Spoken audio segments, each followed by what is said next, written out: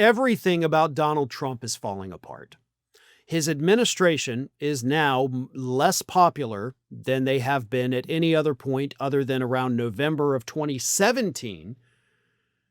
He stands underwater with his approval rating on every issue across the board, including immigration. His body is clearly failing him. I mean, his ankles and feet have swollen up so large that he looks like he could be Bigfoot.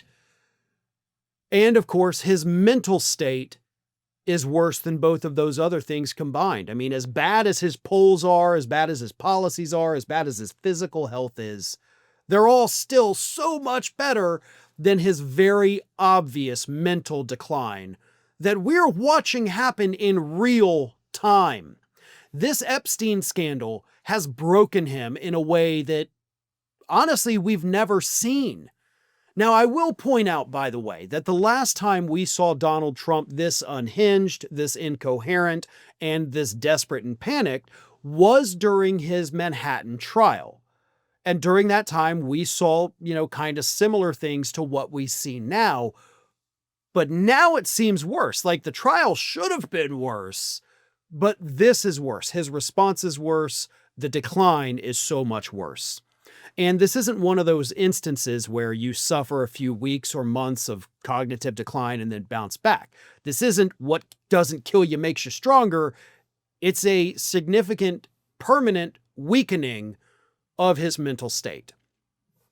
And I'm not the only one who's noticed that. As I pointed out earlier today, you had a reporter in the White House press pool ask Caroline Levitt about it.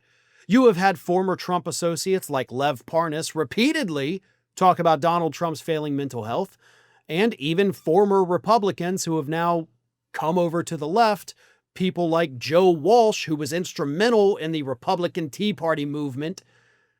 Even he is saying there's something seriously wrong with this guy. In fact, Joe Walsh did another post on Substack recently that was, I think, posted on Friday, where he said this: as all of this is playing out, Trump's health and cognitive fitness are in the spotlight again. White House physicians report that he's suffering from chronic venous insufficiency, which has resulted in his unsightly ankle swelling. Not a terribly shocking development for an obese 79-year-old man. A bigger concern, Walsh says, is his cognitive state. As you know, I've said there's a cover-up going on in the White House with respect to Trump's cognition. And by the way, I did cover that story when Walsh said it a couple weeks ago. There was more proof of his decline this week as Trump publicly questioned why Joe Biden hired Fed Chair Jerome Powell, even though he appointed Powell during his first term. Yikes.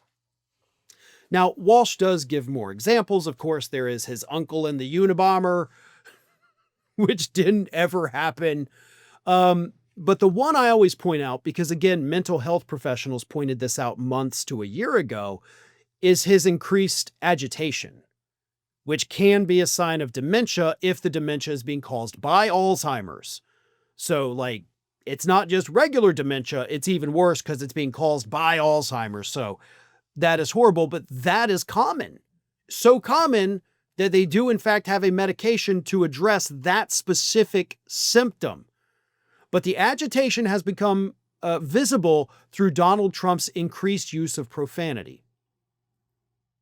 And I know that may seem like a small thing, but folks, think back 4 years ago, Donald Trump did not use curse words.